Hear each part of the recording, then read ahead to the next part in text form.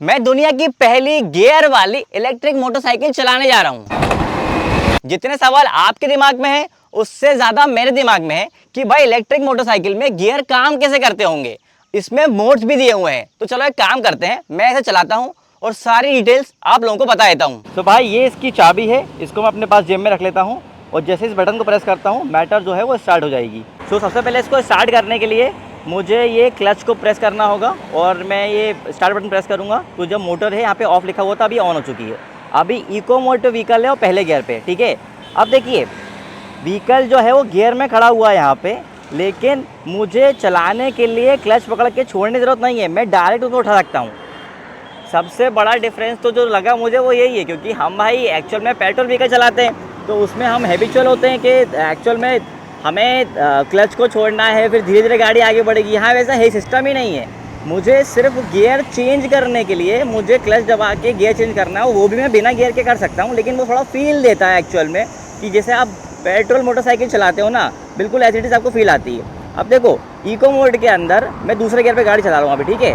हम लोग दो लोग साथ में हैं यहाँ पे, तो अभी जो है ये 40 की स्पीड पे चल रही है। तो हम ये भी देखते हैं कि भाई जैसे जैसे हम मोड और गियर चेंज करेंगे उनका कॉम्बिनेशन बन कैसा रहा है। मैंने अब इसको थर्ड गियर लगा दिया, तो अब इसमें थोड़ा एक्सेलरेशन जो है वो बढ़ चुका है, थोड़ा टॉर्क जो है बढ़ चुका है और अब स्पीड जो है वो थोड़ी थोड़ी ऊपर जाती आ रही है। अब मैं काम करता हूँ, अब मैं इसमें इको मोड के अंदर ही टॉप स्पीड चेक कर लेता हूँ पहले इसकी, उसके बाद मैं आपको फोर्थ गियर लगा दूँगा।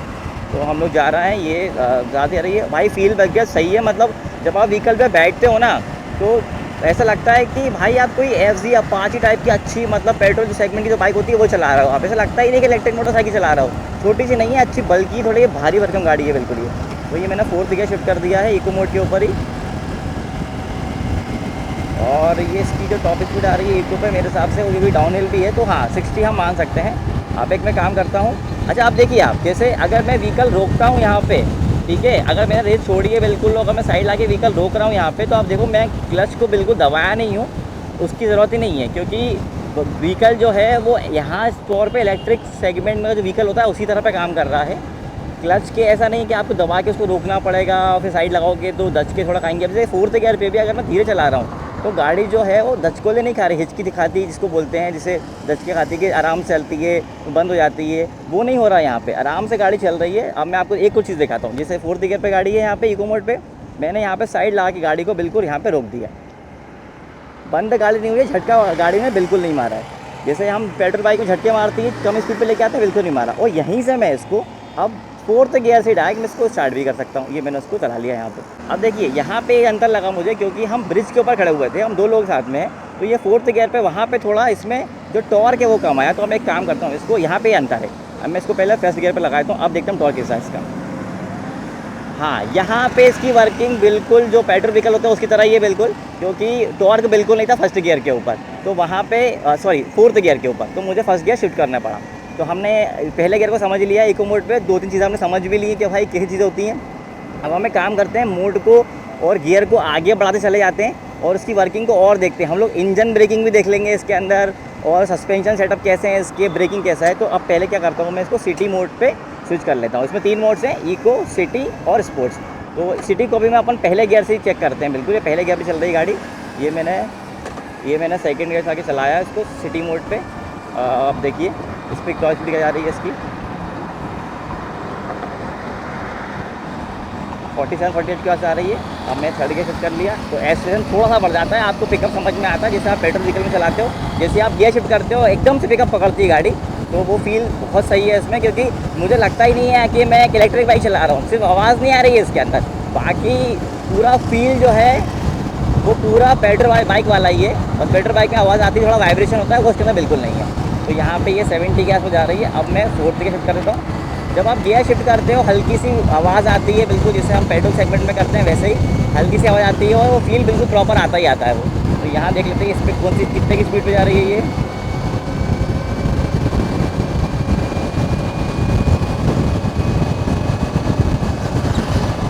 यहाँ पर जो ये अप्रॉक्सीमेटली 90 की स्पीड पे जो है वो ये चली जाएगी। अब हम एक काम करते हैं, थोड़ा इंजन ब्रेकिंग देखते हैं। एक्चुअली वो मैं स्पोर्ट्स मोड पे देखूँगा, क्योंकि मैं उसमें और तेज चलाऊँगा, तो वो मैं आपको स्पोर्ट्स मोड दिखाता हूँ, ठीक है। अब मैं इसका स्पोर्ट्स मोड जो है वो शिफ्ट कर रहा हूँ। स्पोर्ट्स मोड पर भी फोर्थ गियर पे गाड़ी है, मैं थोड़ा साइड ला के पहले उसको फर्स्ट गियर पे लगा लेता हूँ। एक सेकेंड, साइड पे मैं लगा लेता हूँ इसको। यहाँ पे देखिए मैं साइड लगा लिया। अभी साइड लगाने के लिए आपको पता है भाई ना, मैं थ्रॉटल जो है वो बंद कर रहा हूँ बस पूरा। गियर मैंने बिल्कुल दबाया नहीं है, गाड़ी ने बिल्कुल झटके नहीं लिए हैं। अब यहाँ फिर से मैं इसको फर्स्ट गियर पे शिफ्ट करता हूँ।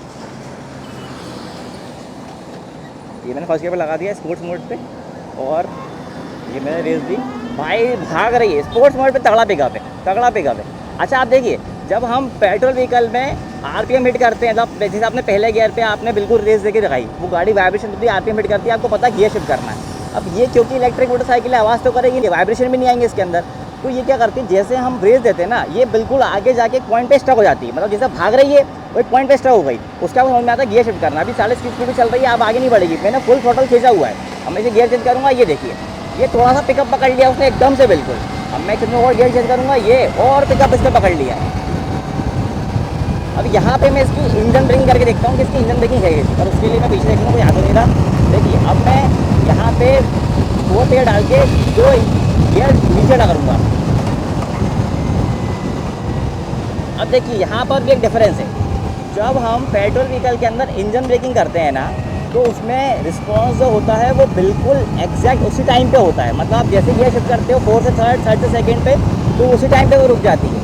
यहाँ पे थोड़ा सा जो रिस्पॉन्स है वो लेट है, क्योंकि ये एग्जैक्टली वर्किंग तो वैसी नहीं है जैसे पेट्रोल बाइक्स की होती है।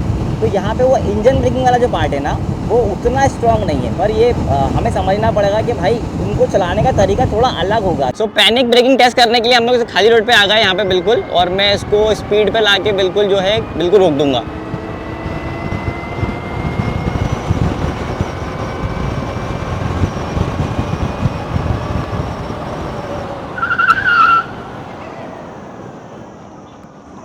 ठीक है, देखिए आगे एबीएस है तो आगे वाला व्हील लॉक नहीं हुआ, पीछे वाला व्हील लॉक हुआ। आपने स्किड की आवाज़ भी सुनी होगी, लेकिन ब्रेकिंग रिस्पॉन्स सही था व्हीकल का। मतलब मैं और हार्ड ब्रेक करता तो बिल्कुल वैसे की वैसे व्हीकल रुक जाता है बिल्कुल।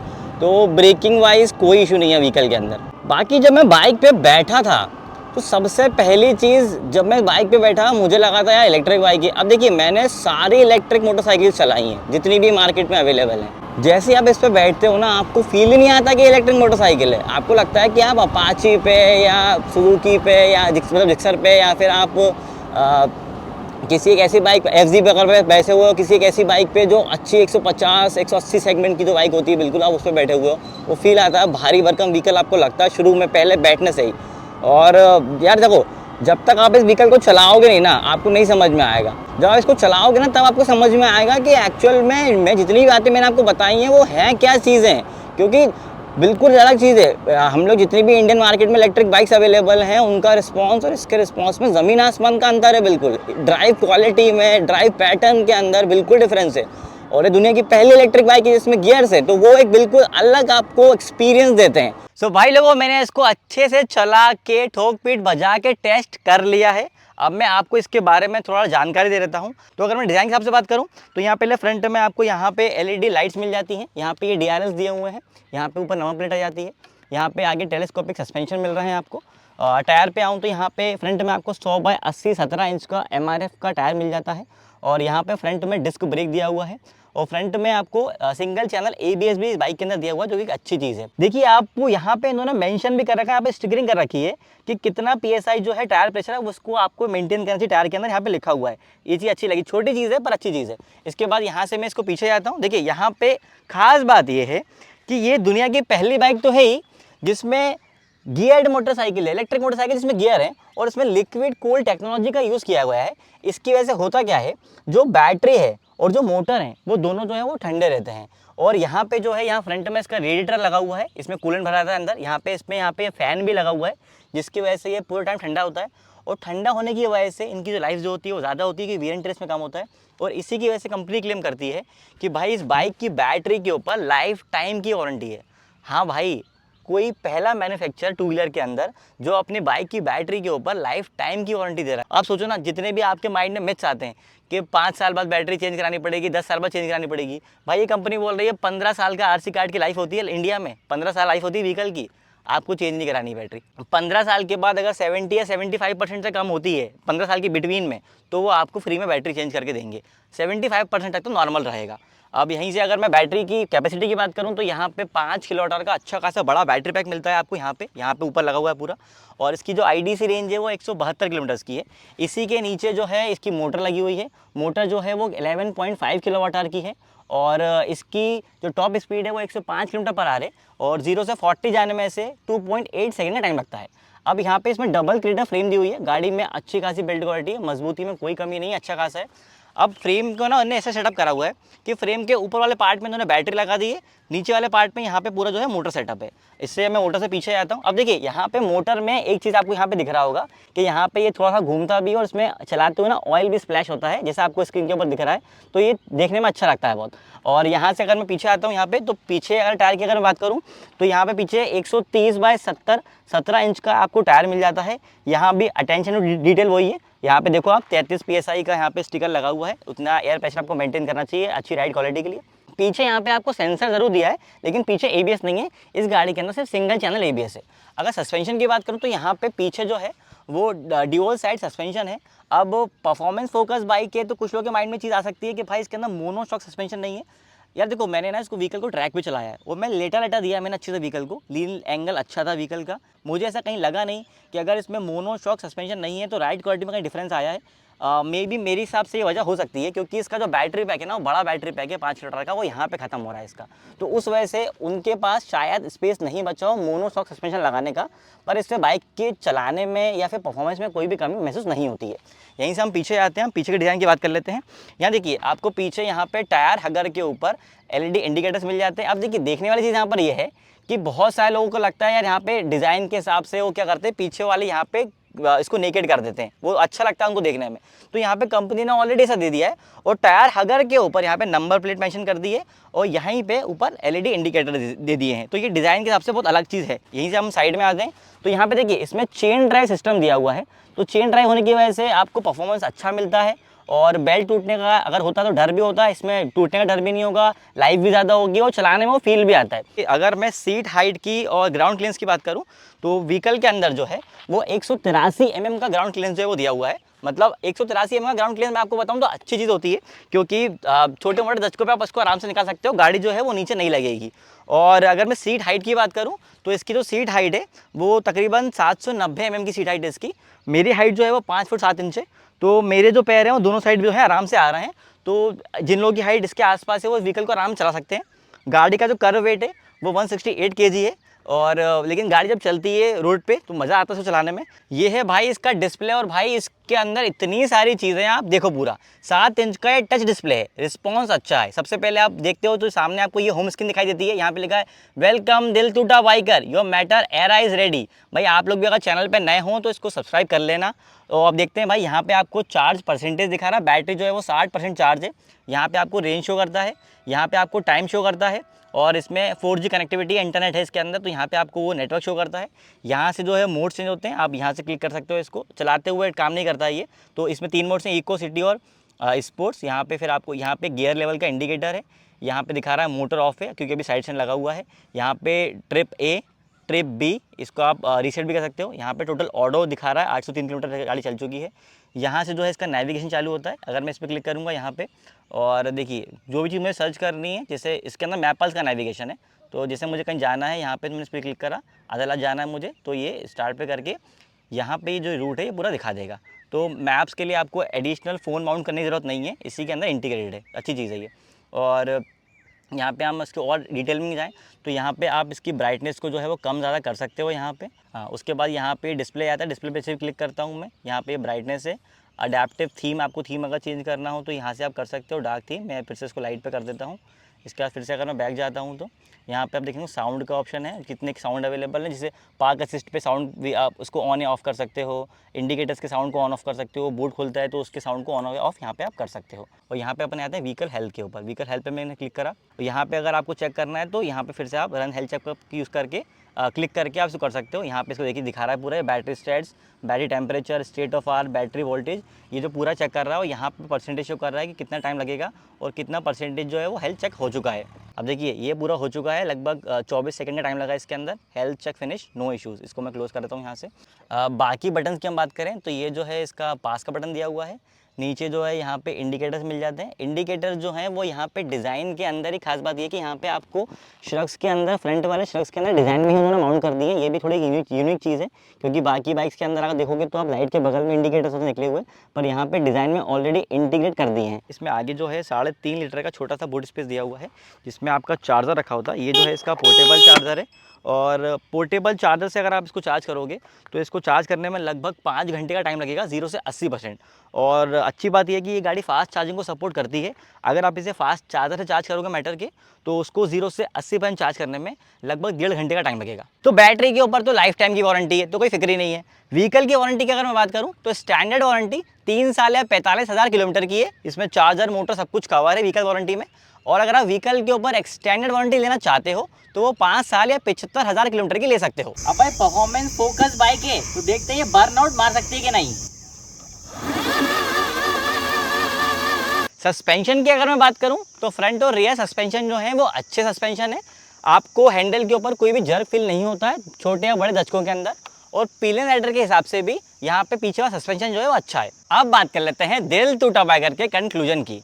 भाई मैटर जो स्टार्टअप है ना, ये अपने गुजरात का स्टार्टअप है, अहमदाबाद का। ज़्यादातर तो इलेक्ट्रिक बाइक बनती है सारी, वो सब अपना बेंगलोर का स्टार्टअप है। पर भाई ये अलग चीज़ निकल के आई है गुजरात से, अहमदाबाद से। इनके 2 वेरिएंट्स मार्केट में अवेलेबल है, मैटर एरा 5000 प्लस ये बाइक जो है, और एक है Matter Aera 5000। Basically physically same चीज़ है, बस सॉफ्टवेयर का डिफरेंस है। 5000 प्लस जो ये बाइक है, इसका एक शोरूम प्राइस है 1,93,800 रुपये। 5000 का एक शोरूम प्राइस है 1,83,300 रुपये।